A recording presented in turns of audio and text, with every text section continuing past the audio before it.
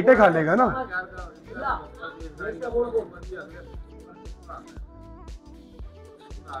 वो तो अपना बम्पर आता है ना, ये अगर नीचे आ जाएगा तो ये लाइटों को खा लेगा। ये मसला ही है, या तो ये यहाँ से कटे, ये ऊंचा हो, फिर ये लगे। वो तुम अपनी जगह बात सही कह रहे हो कि इसकी शील्ड नजर नहीं आ रही आगे, जो तुम कह रहे हो वो अपनी जगह सही बात कह रहे हो। तो साथ जो कह रहे हैं ना, ये एक और इसकी पूरी यहाँ पे ग्लेयर शील्ड है। ये वाली ये जो शील्ड है, ये ग्लेयर शील्ड, ये सामने विजिबल होनी चाहिए, इसका फेस पूरा कंप्लीट नजर आने को। ये बम्पर पीछे से भी बहुत सस्ता हाल है, इसके ब्रैकेट भी जो है ना वो फुल ऑन जुगाड़ों में होके लगे हुए। ये देखो ना, ये बम्पर है नहीं इसका असल में। ये देखो प्लेट ऐसी वेल्ड होके, एक सिंगल बोल्ट इधर है, ऐसी एक प्लेट वेल्ड होके।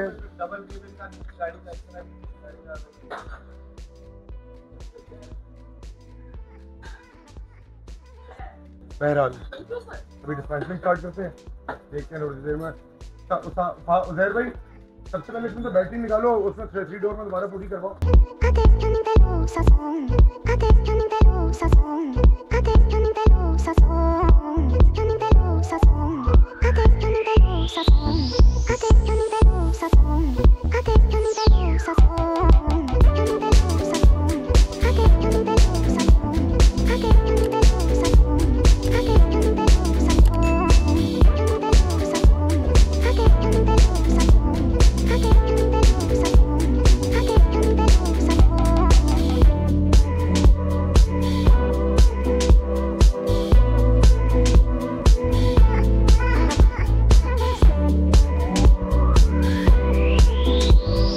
सेवेंटी के इस प्रोजेक्ट की दुनिया में अपना नया प्रोजेक्ट जो है, इसका फेस ऑफ हो गया।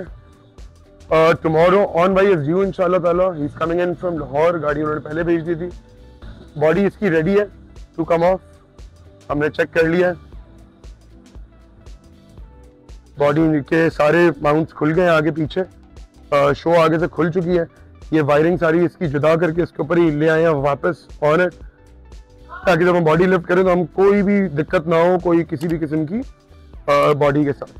सिमिलरली हमने नीचे से फ्यूल लाइन वगैरह सारी चीजें इसकी जो है वो डिसमेंटल कर ली है।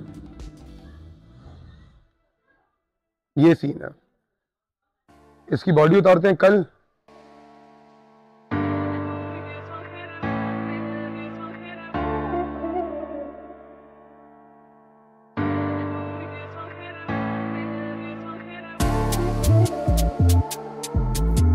ये वही फ्लॉ जो आपने वीडियो में बताया है, साइलेंसर का देखें। हाँ, एग्जॉस्ट का तो, रेजोनेटर का भी देखें। रेजोनेटर तो आगे, अभी हम देखते हैं इसके अंदर जो फाइनल स्टेज ड्रम लगा हुआ है वो कौन सा लगा हुआ है। जो फाइनल स्टेज ड्रम अमूमन छोटे लगे हुए।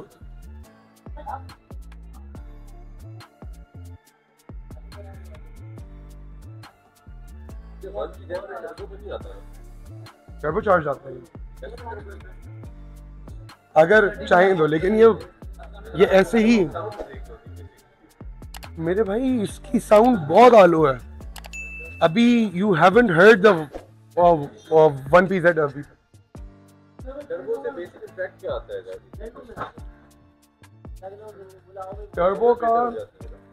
टर्बो का लिटरल उसके अंदर जो लफ्जी बात है, उसके अंदर turbo provides you same absolute manifold pressure at under all circumstances of air density.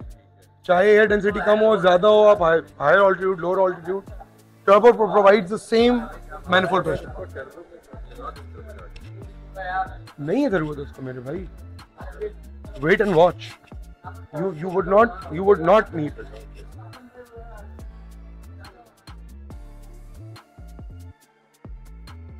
अच्छा वो तो सही, बॉडी से गुलाबी नीचे फ्यूल की लाइनें वाइनें खुली हुई हैं। भाई आप क्या करने आए हो? अबे तो बाकी के दिन का काम भी है।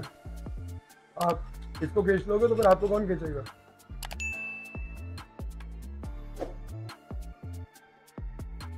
नीचे फ्यूल की लाइनें उसामा सब अलग हो गई हैं। अच्छा आगे लगाने वाली मुड्डियां कौन सी हैं? आगे लगाने वाली पहले मुड्डियां सीधी करो ना। अरे भाई पीछे वाली मुड्डियाँ नीचे से बराबर हुई हुई हैं, इधर वाली भी उधर वाली भी, दोनों मुड्डियाँ, दोनों साइडों की मुड्डियाँ नीचे से बराबर है, आगे पीछे तो नहीं भागी हुई।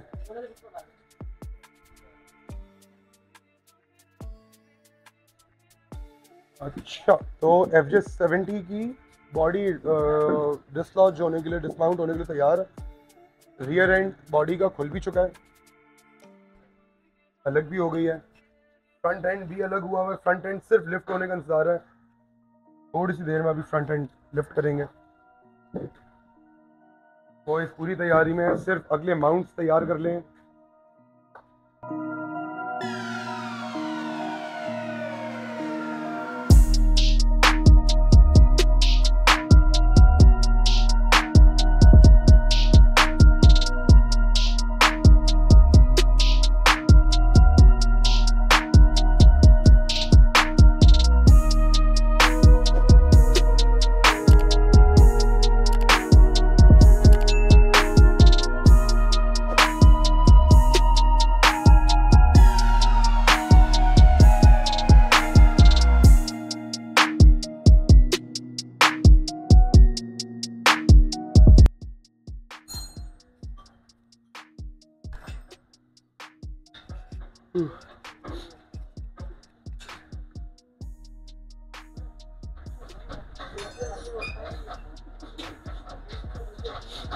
जैसे कि स्पेशली पंजाब में, क्योंकि यहाँ पे तो हीटर का इतना काम नहीं आता, बट पंजाब में winters are harsh.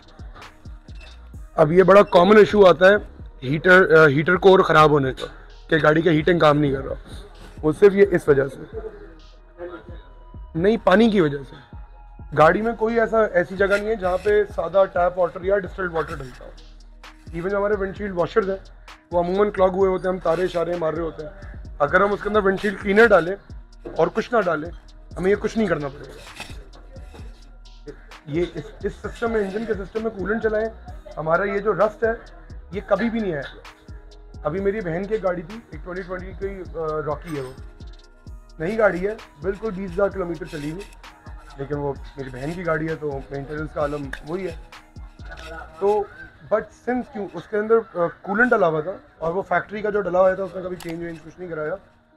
System clock ज़रूर हुआ, लेकिन खोल के हमने रेडिएटर सर्विस किया, नया फ्लूइड टॉप अप किया, रस्ट कुल मतलब 1000 रुपये के काम पे गाड़ी फारे हो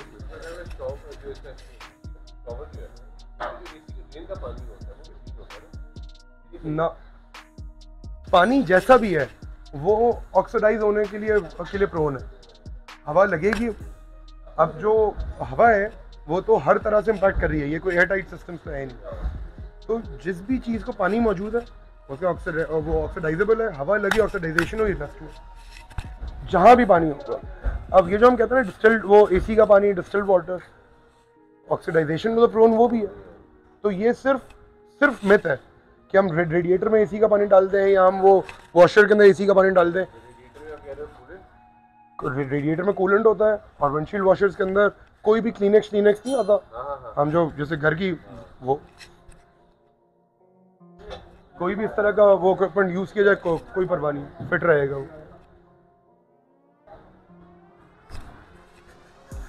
है। इंजन फिट है इसका माशाल्लाह, इंजन बहुत अच्छी कंडीशन पे। इंजन के इर्द गिर्द बहुत सारा काम करना होगा। ये जो है ये बहुत रेयर 5 सिलेंडर इंजन, 1PG, ये टोयोटा का बहुत फिनोमिनल इंजन होता है। 5 सिलेंडर आता है इनलाइन, जो 1HD 12HD है ये उसी की सीरीज का है, सिर्फ ये सिलेंडर में 5 है।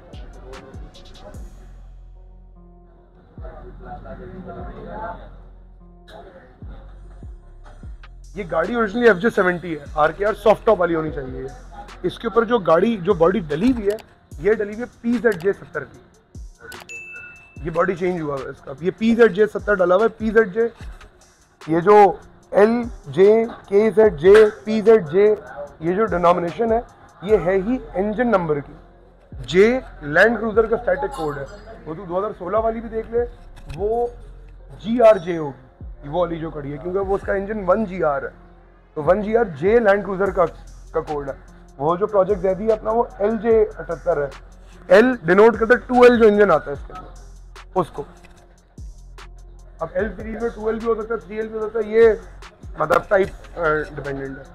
ये जो है ये अब इसका फ्रेम कोड अगर इधर से देखेगा तो ये FJ है, लेकिन ये जो सेटअप है इसके ऊपर ये PZJ का है। PZJ है ही ये इस 1PZ की एक की वजह से। और फिर थोड़े थोड़े फीचर में भी चेंजेस आते हैं। पीछे ये हार्ड टॉप आती है, RKR जो सॉफ्ट टॉप होती है, ये है।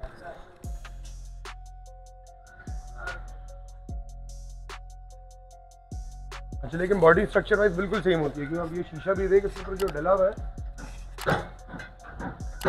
FJ70 का कटिंग, लेकिन यही PZJ70 को भी अप्लाई करेगा, यही सबको अप्लाई करेगा।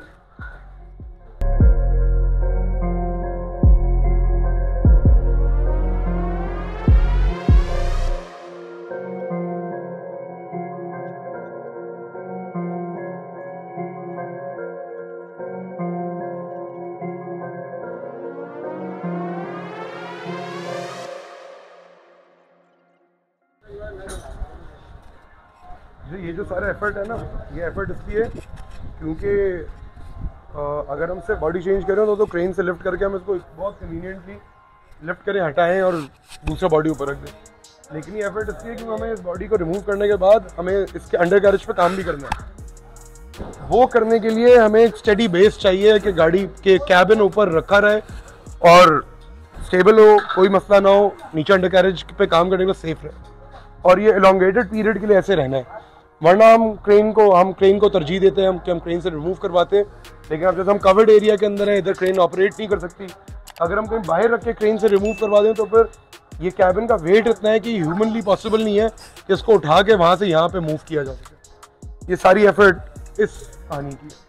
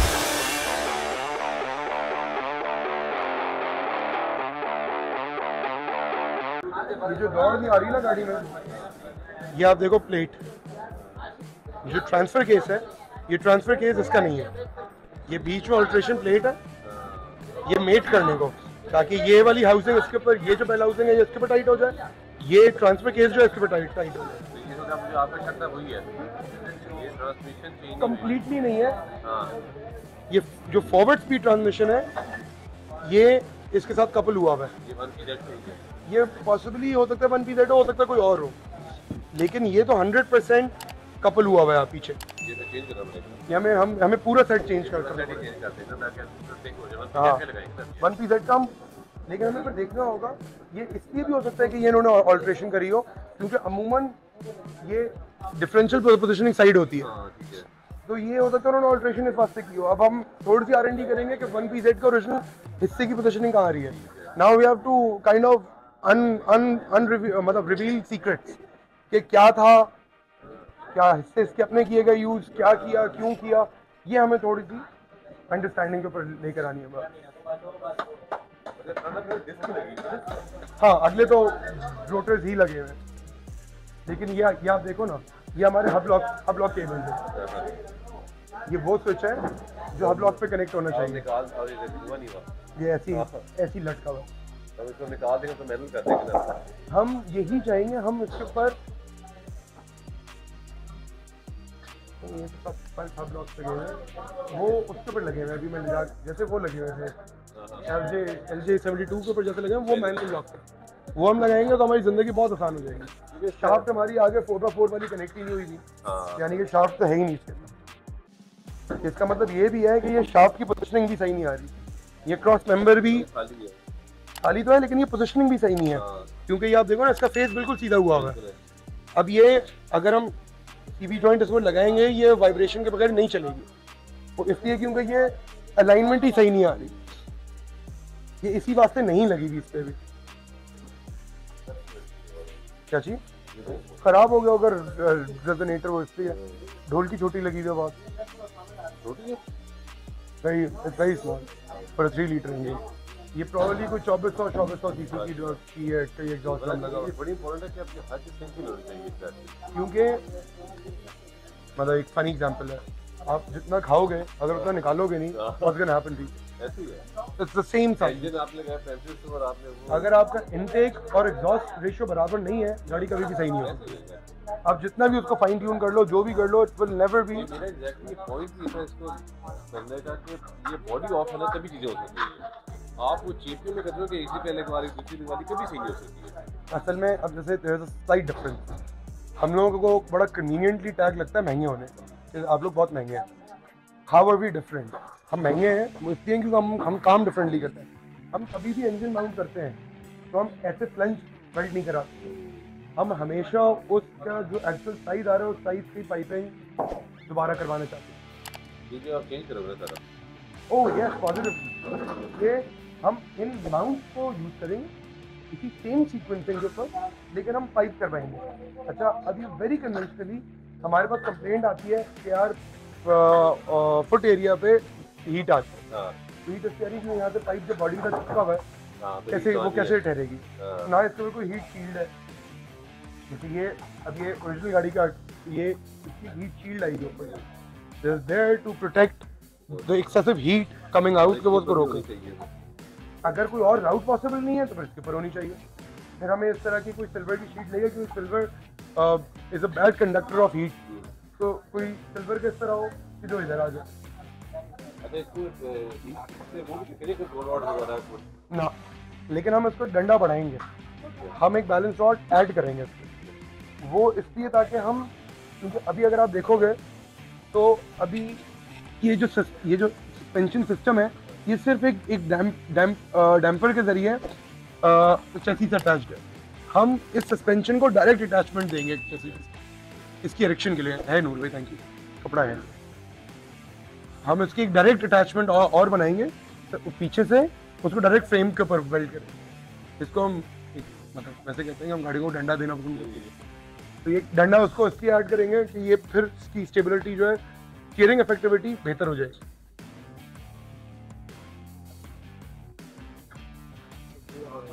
है ये तो यार मतलब इतना तो होगा।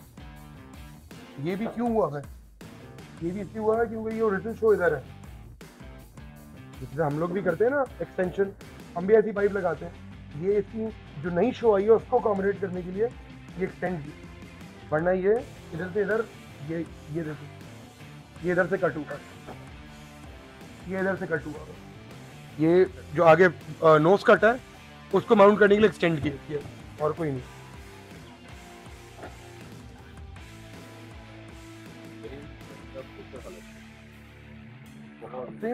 फ्रेम जरा थोड़ा सा पीछे से गला हुआ है, वो तो मतलब ये तो स्टैंडर्ड होता है। ये पर बहुत बुरा किया था, इधर उसको जो है ना एमसी की हुई है।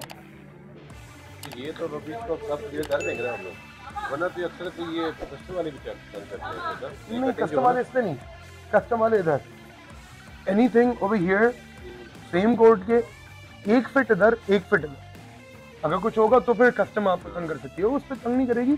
लेकिन ये बस माउंट पूरा है, और ये ओवर टाइम खराब होगा तो वो फ्रेम का पीस ही फारग हो जाएगा वहाँ से।